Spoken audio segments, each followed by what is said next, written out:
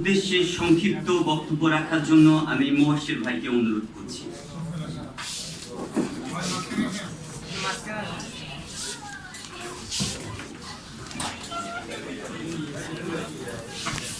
আসসালামু আলাইকুম। আমি মোহাম্মদ মুবাশশির আহসান, গ্রামীণ ফোনের একজন কর্মকর্তা। আমি এখনো আইন অনুযায়ী গ্রামীণ ফোনের একজন কর্মী। আমাকে 2021 সালের 20 জুন অবৈধভাবে গ্রামীণ ফোন টার্মিনেট করে। আমি আইনের দ্বারা প্রতিহত করে আইন আমাকে এখনো গ্রামীণ ফোনের স্থায়ী কর্মী হিসেবে ঘোষণা করার পরও গ্রামীণ ফোন আমাদের এই ব্যাপারে কোনো কর্ণপাত করে না। কারণ কি ভাই? কারণ একটাই, সরকার, বাংলাদেশ সরকার যাদেরকে দায়িত্ব দিয়ে রেখেছে, শ্রম মন্ত্রণালয়, শ্রম সচিব, দল, ডাইফি, এদের কাজ কি? শ্রমিকদের ভালো মন্দ দেখা। কিন্তু বাংলাদেশের একটা শ্রমিকও বুকে হাত দিয়ে বলতে পারবে না শ্রম অধিদপ্তর, দল, ডাইফি, শ্রম মন্ত্রণালয় কখনো শ্রমিকদের পক্ষে কাজ করেছে। এরা সবসময় মালিকের পক্ষে কাজ করে। আমি আরেকটা বিষয় আপনাদের সামনে উল্লেখ করতে চাই। আমরা অবাক হয়ে যাচ্ছি যে বাংলাদেশ একটা স্বাধীন রাষ্ট্র। এই স্বাধীন রাষ্ট্রে বাংলাদেশের স্থায়ী নাগরিক যারা একটা বিদেশি কোম্পানির কাছে তাদের পাওনা চাইতে যাইতে পারে না, সেখানে বাধা দেয় কে? পুলিশ। সেখানে বাধা দেয় কে? শ্রম কর্মকর্তা। সেখানে বাধা দেয় কে? বাংলাদেশের দুর্নীতিগ্রস্ত রাজনীতিবিদেরা। কারণ একটাই, অর্থ। অর্থের বিনিময়ে সবকিছুকেই তারা নিজের করে নেয়। আমার যেটা মনে হয়, এই মুহূর্তে বাংলাদেশে জনাব তারেক রহমানই একজন প্রধানমন্ত্রী না। আমার কাছে মনে হচ্ছে বাংলাদেশে এখন 2 জন প্রধানমন্ত্রী। নরওয়েজিয়ান এম্বাসির সাপোর্টে গ্রামীণ ফোনের সিও ইয়াসির আজমানও তারেক রহমানের চাইতে কম যায় না। ইয়াসির আজমান পুলিশকে যা নির্দেশ করে পুলিশ তাই শোনে। আজকে গ্রামীণ ফোন হেড অফিসের সামনে পুলিশ কর্মকর্তারা আমাদেরকে স্পষ্ট ভাষায় জানিয়েছে, ডিএমপি কমিশনার নির্দেশ ছিল জিপি হাউসের সামনে যাকে পাবে তাকেই তোমরা অ্যারেস্ট করবে। কেন ভাই? আমরা তো ওখানে ডাকাতি করতে যাই নাই, ওখানে আমরা ভাঙচুর করতে যাই নাই, আগুন জ্বালাতে যাই নাই। ওখানে গিয়েছি কেন? আমাদের অফিস, আমরা টাকা পাই, টাকা চাইতে গিয়েছি। আজ পর্যন্ত গ্রামীণ ফোন কর্তৃপক্ষ দেখাতে পারবে না যে আমরা কোনো ভ্যান্ডালিজম করেছি। গ্রামীণ ফোন হেড অফিসের সামনে 19 মাস ধরে আমরা আন্দোলন করছি, শান্তিপূর্ণ আন্দোলন করছি। আজকে দিয়ে আমরা সংবাদ সম্মেলন করলাম প্রায় 4 বার। আমরা বাংলাদেশ সরকারের দৃষ্টি আকর্ষণ করেছি। ইউনূস সরকার যখন ইউনূস সরকার ছিল, ইউনূস সরকারের দৃষ্টি আকর্ষণ করেছি। বিগত ফ্যাসিস্ট সরকার আমাদেরকে হেল্প করে নাই। কারণ তখনকার টেলিযোগাযোগ মন্ত্রী মোস্তফা জব্বার, ঢাকা দক্ষিণের মেয়র তাপস তারা হালিম এবং জুনায়েদ আহমেদ পলক, এই কজন ব্যক্তি দ্বারা গ্রামীণ ফোন নিয়ন্ত্রিত হতো। যার কারণে গ্রামীণ ফোনের কোন শ্রমিকরা 17 বছর ধরে তাদের ন্যায্য পাওনা পায় নাই। 17 বছরের এই পাওনা তিলে তিলে বিন্দু বিন্দু করে জমতে জমতে সেটা এক একজন শ্রমিকের জন্য হয়েছে 33,147 কোটি টাকা। 17 বছর যে পাওনা দেয় নাই, সেইটা বাংলাদেশের শ্রম আইন 2006 234 উপধারা 3 অনুযায়ী সেটা বৃদ্ধি পাইতে পাইতে পাইতে এক একজন শ্রমিকের জন্য সেটা 33,147 কোটি টাকা হয়েছে। যে টাকা বাংলাদেশ সরকার যদি গ্রামীণ ফোনের কাছ থেকে এটা আদায় করতে পারে, বর্তমান সরকার যে বাজেট ঘোষণা করেছে, যে অ্যামাউন্টের বাজেট ঘোষণা করেছে, এরকম বাজেট বাংলাদেশ সরকার 55টা করতে পারবে। আপনারা বিশ্বাস করতে পারেন? মনে হবে আপনাদের সামনে আমরা পাগলের প্রলাপ বকছি, আসলে কিন্তু তা না।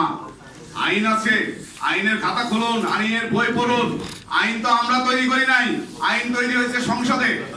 কিন্তু বাস্তবে আমরা কি দেখছি?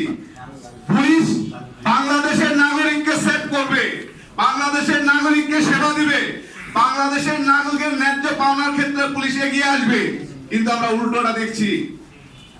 আমাদের প্রিন্স ভাই কি ডাকাত সন্ত্রাসী? আমাদের প্রিন্স ভাই কি ঢাকা শহরে মাস্তানি করে? তাকে রাত 2টার সময় দরজা ভেঙে বাড়ি থেকে কেন গ্রেফতার করতে হবে? পাওনা টাকা চাওয়া কি অপরাধ, অন্যায়? আমাদের নামে গত পরশুদিন 6 জনের নামে মামলা দিয়েছে।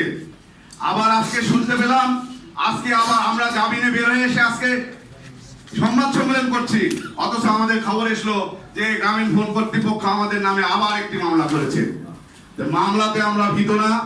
এই সংবাদ সম্মেলনের মাধ্যমে আমরা যেটা ঘোষণা করেছি যে গ্রামীণ ফোনের সারা বাংলাদেশে যে সম্পদ আছে সেই সম্পদের মালিক এখন থেকে গ্রামীণ ফোনের সাবেক কর্মকর্তা কর্মচারীরা।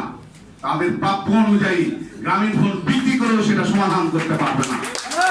সে কারণে এই সম্পদ আমাদের বলে আমরা ঘোষণা করছি এবং বাংলাদেশ সরকারকে আমি বারবার রিকোয়েস্ট করব, বিশেষ করে মাননীয় প্রধানমন্ত্রী তারেক রহমানকে। উনি নিজে 17 বছর নির্যাতিত হয়েছিলেন, আমরাও 17 বছর ধরে নির্যাতিত গ্রামীণ ফোনের কাছ থেকে। আপনি কেন গ্রামীণ ফোনের কাছ থেকে টাকা নিতে চান না? যে টাকায় বাংলাদেশের জনগণের ভাগ্যের পরিবর্তন হবে, যে টাকায় বাংলাদেশের নতুন নতুন প্রজেক্ট হবে, যে টাকায় বাংলাদেশের নতুন স্কুল কলেজ মাদ্রাসা প্রতিষ্ঠিত হবে, সেই টাকা মাননীয় প্রধানমন্ত্রী তারেক রহমান সাহেব কেন নিতে চায় না? প্রশ্ন রেখে গেলাম সাংবাদিক ভাইদের কাছে, আপনারা প্রশ্ন করুন। আপনারা প্রশ্ন করুন শ্রমমন্ত্রী আরিফুল হককে, কেন গ্রামীণ ফোনের এই বিষয়টা নিয়ে সে বসে না? আপনারা প্রশ্ন করুন শ্রম সচিবকে। আমরা বিগত কয়েকদিন আগে শ্রম সচিবের সঙ্গে দেখা করেছি, মিটিং করেছি। উনি আমাদের কথা শুনে নাক বের করে হাসে। 33,147 টাকা আমরা তাকে বলেছি স্যার আইনটা আমরা তৈরি করিনি, আইন তৈরি করেছেন আপনারা। সংসদে আইন তৈরি হয়েছে, সেই আইন অনুযায়ী আমার এটা প্রাপ্য। আপনি হাসি ঠাট্টা মশকরা করছেন মানে? তার অর্থ এটাই যে ওনার কাছে বিপ্রেস গিয়েছে বাংলাদেশের প্রত্যেকটা চেয়ারে যারা বসে আছে এরা সবাই দুর্নীতিবাজ। না হলে আমরা আইন সিদ্ধ ন্যায্য পাওনার ক্ষেত্রে কেন পুলিশ আমাদেরকে বাধা দেবে? কেন সরকার আমাদেরকে বাধা দেবে? কেন সরকারের আমলারা আমাদেরকে বাধা দেবে? কেন সরকারের মন্ত্রী সচিব সবাই আমাদেরকে বাধা দেবে? আমরা গ্রামীণ ফোনের কি একটা কাজ হয়ে গেছি? গ্রামীণ ফোনের হেড অফিসের সামনে যে ফুলের বাগান আছে, টব আছে, একটা টবের পাতা ছিঁড়েছি। আমরা 18 মাস ধরে আন্দোলন করছি, কোনদিন গ্রামীণ ফোনকে আমরা আঘাত করি নাই, কিন্তু গ্রামীণ ফোন আমাদেরকে আঘাত করেছে। 25শে ফেব্রুয়ারি আমাদের উপর জলকামান মেরেছে, লাঠিচার্জ করেছে, আমাদের 29 জনের নামে মামলা করেছে, 11 জনের শুনে শুনে গ্রেফতার করেছে, 3 জন ফিমেল কলিগকে টেনে হিসে গাড়িতে তুলছে। ভাই আমরা সবাই বাংলাদেশের সর্বোচ্চ শিক্ষা প্রতিষ্ঠান থেকে ডিগ্রি নিয়ে এসে গ্রামীণ ফোনে ঢুকেছি। আমরা কেউ বুয়েট থেকে বের হয়ে এসেছি, আমরা কেউ তো অশিক্ষিত না। বাংলাদেশের সর্বোচ্চ শিক্ষা প্রতিষ্ঠানের আমরা এক একটা কি বলবো স্বর্ণালঙ্কার, স্বর্ণ বাংলাদেশের জন্য, যারা এই দেশকে আমরা এগিয়ে নিতে চাই, কিন্তু আমরা পাচ্ছি না। কাদের জন্য? দুর্নীতিগ্রস্ত রাজনীতিবিদদের জন্য, দুর্নীতিগ্রস্ত কর্মকর্তাদের জন্য। আর পুলিশ বাহিনীর কথা কি বলবো? তারা আমাদেরকে হেল্প না করে আমরা তাদেরকে হাজারবার বলেছি, স্যার ডিএমপি কমিশনারকে বলেছি, আইজিপি কে বলেছি, শ্রমমন্ত্রীকে বলেছি যে আমাদেরকে গ্রামীণ ফোনকে নিয়ে বসুন। আমরা শ্রম মন্ত্রণালয়ে ট্রাইপার্টির জন্য আবেদন করেছি, আমাদের সঙ্গে বসেছে, গ্রামীণ ফোনের সঙ্গে বসছে। এরপর গ্রামীণ ফোন বলে দিয়েছে আমরা বসবো না। সরকারের হিম্মত হয়নি গ্রামীণ ফোনকে বসানোর। তার মানে কি? আমি যে একটু আগে বললাম এদেশে 2 জন প্রধানমন্ত্রী, একজন তারেক রহমান আর একজন নরেজিয়ানের দিয়ে করা ইয়াসির আজমান গ্রামীণ ফোনের সিও। সে শ্রম মন্ত্রণালয়ের কাগজপত্র যেটা শ্রম মন্ত্রণালয় তার কাছে চেয়েছে আজ পর্যন্ত গ্রামীণ ফোন জমা দেয়নি। কেন ট্রাইপার্টির মিটিং শ্রম মন্ত্রণালয় করলো না? কেন দুই পক্ষকে নিয়ে একসঙ্গে বসলো না? কেন এটা সমাধান করলো না? উত্তর একটাই, সমাধান একটাই। শ্রম সচিবের বাড়িতে চলে গেছে কয়েকটা ব্রিফকেস, শ্রমমন্ত্রীর বাড়িতে গেছে কয়েকটা ব্রিফকেস। এই বিষয়টা যারা দেখবে সবাই 2 নম্বরের টাকায় লুটফুট করে খাচ্ছে গ্রামীণ ফোনের টাকা। আর সারা বাংলাদেশের 20 কোটি মানুষের পকেট কেটে নিয়ে যাচ্ছে গ্রামীণ ফোন। এটা বলে সরকার এবং দায়িত্বপ্রাপ্ত ব্যক্তিরা কখনোই কোনো কথা বলে না। কথা বলবে কেন ভাই? মাস গেলে আমার বাড়ি ব্রিফকেস চলে আসে। ব্যারিস্টার তাপসের কথা বললাম কিছুক্ষণ আগে, ফ্যাসিস্ট সরকারের ওনাকে প্রত্যেক মাসে শুধু অ্যাডভাইজারের নামে 10 লক্ষ টাকা করে গ্রামীণ ফোন দিত। এরকম এখন আবার শুরু হয়েছে। নতুন যে সরকার এসেছে, এতদিন আমাদের বিরুদ্ধে সব সময় দাঁড়িয়েছে আওয়ামীপন্থী বাংলাদেশের বড় বড় লয়ার সব গ্রামীণ ফোনের পক্ষে। এই লয়ারদের উদ্দেশ্যে আমি বলতে চাই, ব্যারিস্টার উকিল তাদের বলতে চাই, বাংলাদেশের শ্রমিকের পক্ষে কেন আপনারা দাঁড়ান না ভাই? আপনাদের কত টাকা প্রয়োজন পড়ে আপনাদের বউ আত্মীয় স্বজনকে চালানোর জন্য? শ্রমিকের পেটে লাথি মেরে গ্রামীণ ফোনের কাছ থেকে টাকা নিয়ে এসে আপনাদের বউ সন্তানদের খাওয়াতে আপনাদের লজ্জা করে না? এখন বর্তমানে জাতীয়তাবাদী বিএনপির যত বড় বড় লয়ার আছে তারা আমাদের বিপক্ষে এখন দাঁড়িয়েছে গ্রামীণ ফোনের পক্ষ হয়ে। এই 5% বিলম্ব বকেয়া নিয়ে বিরোধিতা করেছে কে? সুপ্রিম কোর্ট বার অ্যাসোসিয়েশনের সভাপতি মাহমুদুল খোকন দাঁড়িয়েছে গ্রামীণ ফোনের পক্ষে। আপনাদের বিশ্বাস হয় না কেন ভাই? তোমরা যদি এই দেশের মানুষের উন্নতি চাও, এই দেশের মানুষের ভাগ্য পরিবর্তন করতে চাও, তাহলে শ্রমিকের বিপক্ষে কেন তোমরা দাঁড়াও? টাকা দেয় তোমাদের কাছে সবকিছু। গ্রামীণ ফোন তোমাদেরকে ফিস দিবে 1 কোটি 2 কোটি 3 কোটি 10 কোটি টাকা এই জন্য। আর শ্রমিকের পেটে লাথি মেরে তোমরা গ্রামীণ ফোনের পক্ষে দাঁড়িয়ে এই শ্রমিকদের যে অভিশাপ অর্জন করছো তা কখনোই ভালো হবে না। তার প্রমাণ আপনারা দেখেছেন। 17 বছর এই রাষ্ট্রকে যারা রাজ করেছে তাদের অবস্থান কোথায়?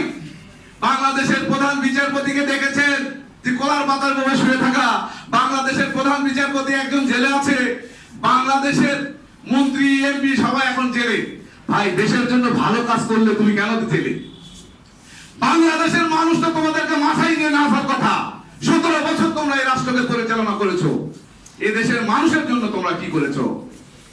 তোমরা যা করেছো, এই বাংলাদেশের নতুন নতুন প্রজেক্ট নিয়ে এসছো, ফ্লাইওভার অনেক কিছু করেছো। এটার একটাই উদ্দেশ্য, 1 টাকার খরচের জায়গা তোমরা 10 টাকা খরচ করে নিজেরা টাকা কামাই করেছো আর বিদেশে বেগম পাড়া বানিয়েছো। একই ঘটনা সব ক্ষেত্রেই কিন্তু শ্রমিকের পেটে লাথি মারা হয়েছে। আমি আপনাদেরকে অনুরোধ করব, আমাদের এই বিষয়টা আপনারা সরকারের কাছে প্রশ্ন করুন। ধন্যবাদ সবাইকে।